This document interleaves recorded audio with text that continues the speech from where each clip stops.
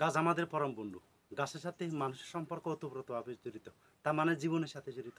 কারণ আমরা অক্সিজেন গ্রহণ করি, আর এই অক্সিজেন ছেড়ে দিই গাছপালা।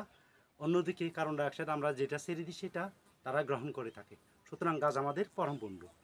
আর একটি এরকম পরিপূর্ণ একটি গাছ গড়ে প্রতিদিন 274 লিটার অক্সিজেন ছেড়ে দেয়, সে উৎপন্ন করে দেয়।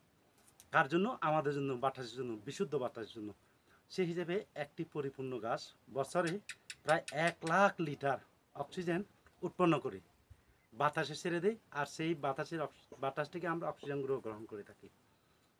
আর একটি ছোট গাছ গড়ে প্রতিদিন 0.12 অর্থাৎ 0.12 লিটার অক্সিজেন উৎপন্ন করে বাতাসে ছেড়ে দেয়। সেই অক্সিজেনগুলো আমরা গ্রহণ করে জীবন ধারণ করে থাকি।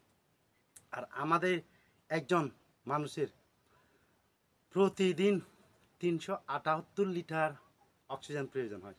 সেই হিসাবে বাৎসরিক আমাদের অক্সিজেনের প্রয়োজন হয় প্রায় 1,38,00,000 লিটার অক্সিজেনের প্রয়োজন হয়। সেজন্য গাছ আমাদের পরম বন্ধু।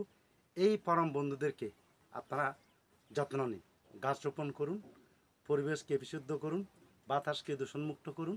অন্যদিকে এই গাছ শুধুমাত্র বাতাস ছেড়ে দেয় না, এই গাছ যদি রোপণ করেন, ফলদ গাছ যদি রোপণ করেন, আপনি ফল পাবেন। যদি ফল না পান তাহলে এই গাছটি সে অক্সিজেন দেবেই, অর্থাৎ বাতাসকে বিশুদ্ধ করবে। কারণ দূষিত কার্বন ডাইঅক্সাইড সে ঠিক করে দেবে, বাতাসকে দূষিত কার্বন ডাইঅক্সাইড মুক্ত করবে, আর অক্সিজেন ছেড়ে দেবে।